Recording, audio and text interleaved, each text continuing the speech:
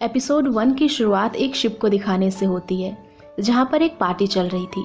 लोग अपने ही मजे में थे कि तभी इंजन की खराबी से वो शिप डूबने लगती है और उस शिप के अंदर दो भाई अपनी जान बचाने की कोशिश करते हैं कि तभी उन्हें वहां पर एक लड़की भी दिखाई देती है जो कि बेहोश पड़ी हुई थी। तो वो उसे भी अपने साथ लेकर निकलने लगते हैं, लेकिन तभी वो शिप पूरी तरीके से पानी में डूब चुका था, जिसके चलते वो सारे के सारे लोग उसी शिप के अंदर मारे जाते हैं। अब सीन प्रेजेंट में शिफ्ट होता है जहाँ पर हमें पता चलता है कि उन दोनों भाइयों में से एक भाई ओतारो बच गया था, जो अपने भाई की मौत का जिम्मेदार अपने आप को ही मानता है। अब काफ़ी तेज़ी से वक्त गुजर रहा था जहाँ पर ओतारो अब काफ़ी बड़ा हो चुका था और अब वो एक प्लेबॉय भी बन चुका था। टोक्यो में ये बात फैल रही थी कि एक औरत आदमियों को किस कर रही है और उसके किस करते ही वो आदमी मर जाते हैं, लेकिन ओतारो को इस बात पर यकीन नहीं होता क्योंकि ओतारो एक क्लब का होस्ट है और किस करना उसका रोज़ का काम है, जिसके चलते अब वो फीमेल्स के बीच काफ़ी फेमस भी हो चुका है क्योंकि वो एक हैंडसम प्लेबॉय है जो कि सिर्फ पैसों के लिए फेक लव सेल करता है। दरअसल उस हादसे के बाद उसने अपनी फैमिली को भी छोड़ दिया था और उसका ये भी मानना था कि लव आदमी को खुश नहीं रहने देता, जिसकी वजह से वो किसी को भी ट्रू लव नहीं करता। खैर, अब हर दिन की तरह ओतारो जब क्लब जा रहा था तो रास्ते में उसे एक पुराना फ्रेंड काजुमा मिलता है जो खुद भी एक प्लेबॉय है और ओतारो के क्लब में आज उसका पहला दिन था। अब वो दोनों एक साथ क्लब पहुंचते हैं जहां पर पहले से ही कई सारे कस्टमर उनका वेट कर रहे थे। अब वहां पर ओतारो की नज़र एक ब्यूटीफुल लड़की पर पड़ती है जिसका नाम मिकोतो है। मिकोतो काफ़ी अमीर लड़की है, तो अब ओतारो डिसाइड कर चुका है कि वो उसे पटाएगा क्योंकि वो अमीर बनना चाहता है, जिसके लिए उसे प्यार का झूठा नाटक भी करना होगा। अब अगले सीन में ओतारो जब वॉशरूम में होता है तो उसे वहाँ पर एक लड़की दिखाई देती है जिसने सेंटा जैसे क्लॉथ्स पहने हुए थे। वो ओतारो के पास आकर कहती है कि तुम मर सकते हो, और ये कहकर वो उसे किस कर लेती है और फिर उसके किस करते ही ओतारो के मुंह से खून निकलने लगता है, जिसके चलते वो वहीं पर मर जाता है। अब अगले सीन में ओतारो की आंखें खुलती है तो वो खुद को एक वीक पहले पाता है जब वो लेडी से पैसे ले रहा होता है, पर उसे लगता है कि ये उसका सिर्फ एक ड्रीम है। लेकिन जब वो अपने कस्टमर के पास होता है तो उसे महसूस होता है कि इस पल को वो पहले भी जी चुका है। लेकिन जब वो अपने फ़ोन में डेट चेक करता है तो उसे समझ आ जाता है कि वो उसका सपना नहीं था, बल्कि उस लड़की के किस करने की वजह से वो सचमुच में पास्ट में 7 दिन पहले आ चुका था। अब जैसे ही ओतारो को ये बात पता चलती है कि वो 7 दिन पीछे आ चुका है तो वो प्लानिंग्स करने लगता है कि कैसे वो मिकातो को पटाएगा। साथ ही वो उस लड़की यानी कि किसिंग किलर से बचने का प्लान भी बनाने लगता है कि कैसे वो उससे बचेगा ताकि वो फिर से पास्ट में ना चला जाए। अब वो दिन आ जाता है जब उसने पहली बार मिकोतो को देखा था। वो उसके पास जाकर उसे पटाने की कोशिश करता है। सब कुछ अच्छा ही चल रहा था कि तभी वो किसिंग किलर वहाँ पर आ जाती है जो ओतारो को ज़बरदस्ती पकड़कर किस कर लेती है और एक बार फिर से वो पास्ट यानी कि 7 दिन पीछे चला जाता है। अब इस बार वो किसिंग किलर के बारे में जानने की कोशिश करता है, पर उसे उसके बारे में कोई भी जानकारी नहीं मिलती, जिसके बाद वो काजुमा से मिलता है और किसिंग किलर के बारे में बता देता है।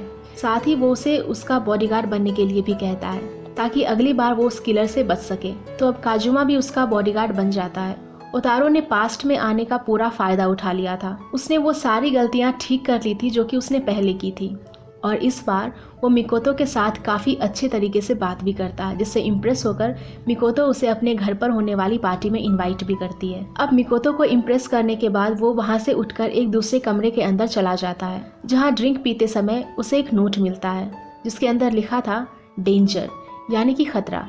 और फिर तभी वो किसिंग किलर उसके सामने आ जाती है, जिसे देखकर ओतारो बहुत ज़्यादा घबरा जाता है और चिल्लाते हुए वहाँ से भागने लगता है। और इस बार वो खुद को जैसे तैसे बचाने में कामयाब भी हो जाता है और अपने घर पर आ जाता है। अब अगले दिन वो काजुमा के साथ मिकोतो के पार्टी में जाता है जहाँ पर उसे पता चलता है कि मिकोतो एक लड़के को लाइक करती है जो कि उसका ही भाई है जिसे उसके मॉम डैड ने अडॉप्ट किया था। अब ओतारो को फिर से वो किसिंग किलर उसी पार्टी में दिखाई देती है तो वो गुस्से में आकर उसका पीछा करने लगता है, लेकिन बाहर आने पर उसे कोई भी नहीं दिखता।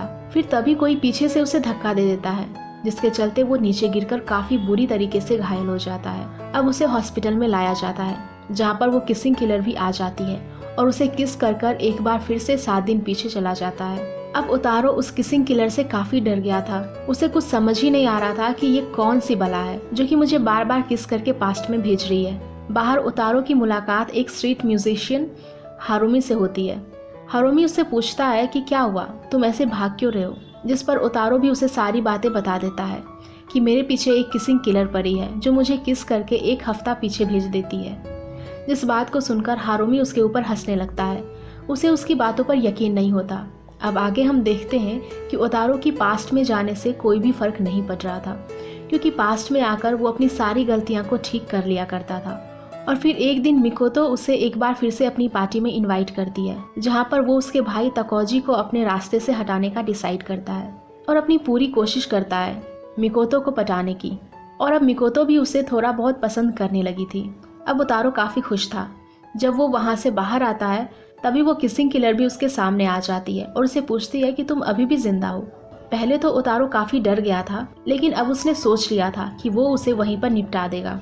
फिर जब वो उसे उसका गला दबाकर मारने की कोशिश करता है तभी वहाँ पर कई सारे लोग इकट्ठा हो जाते हैं और ओतारो को पुलिस स्टेशन लेकर आते हैं और वो पुलिस को चकमा देकर वहाँ से भाग निकलता है। लेकिन अगले दिन उसे फिर से पुलिस द्वारा पकड़ लिया जाता है, क्योंकि ओतारो जो ड्रिंक पीता था उस ड्रिंक को एक दूसरे आदमी ने पी लिया था जिसके अंदर पॉइजन मिला हुआ था।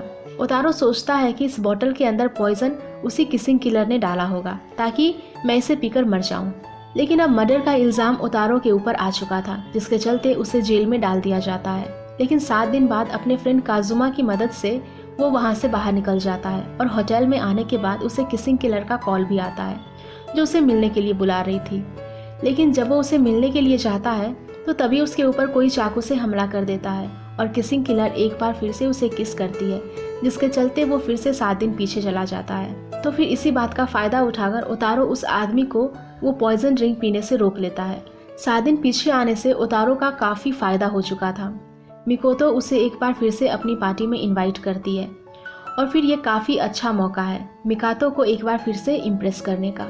अब इसके बाद वो मिकातो की पार्टी में पहुंचता है, जहां पर वो उसे इम्प्रेस करने के बजाय नाराज़ कर देता है। लेकिन इसके पीछे उसका एक प्लान था जो कि हमें आगे पता चलेगा। तकोजी को उसकी हरकतों की वजह से उसके ऊपर शक होने लगता है और यहाँ पर तकोजी के अंकल से हमें पता चलता है कि मूवी के स्टार्टिंग में जो शिप डूबी थी उस शिप का कैप्टन ओतारो के फादर ही थे। तकोजी को लगता है कि ओतारो उसके भाई के मौत का बदला लेने आया है, क्योंकि वो शिप तकोजी की गलती की वजह से ही डूबी थी। लेकिन ये बात अभी भी सभी से छिपी हुई थी, सिवाय उसके अंकल और डैड के। अब इसके बाद ओतारो उस जगह पर जाता है जहाँ पर वो किसिंग किलर काम करती है। वो उसके बारे में इंफॉर्मेशन लेता है तो उसे पता चलता है कि उसका नाम साइको है और ये नाम उसके ऊपर जच भी रहा था, क्योंकि वो साइको की तरह ही उसे बार बार किस कर रही थी। उसी शाम मिकोतो ओतारो से मिलने के लिए क्लब जाती है तो तभी ओतारो उसे उसका एक्सीडेंट होने से बचा लेता है और इस बात से इम्प्रेस होकर वो ओतारो से प्यार करने लगती है। आज का दिन ओतारो के लिए काफ़ी अच्छा था। उसे काजुमा से पता चलता है कि उसने किसिंग किलर यानी कि साइको का एड्रेस ढूंढ लिया है। ओतारो जब उस एड्रेस पर पहुंचता है तो सामने की दीवार पर कुछ फोटोज और बड़े से अक्षरों में लव लिखा होता है और फिर तभी उसे एक कॉल भी आती है जिससे उसे पता चलता है कि उसे साइको नहीं बल्कि उसका ही फ्रेंड काजुमा मारना चाहता है। फिर ये सब सुनकर ओतारो तो काफ़ी शॉक ही हो जाता है कि तभी काजुमा पीछे से आकर उसे चाकू से मार देता है। एंड पहला एपिसोड यहीं पर ख़त्म हो जाता है। सो गाइज़, अगर आप लोगों को ये एपिसोड पसंद आई हो तो प्लीज़ वीडियो को लाइक करना, शेयर करना और ऐसे वीडियोज़ के लिए हमारे चैनल को सब्सक्राइब भी कर लेना। Thank you.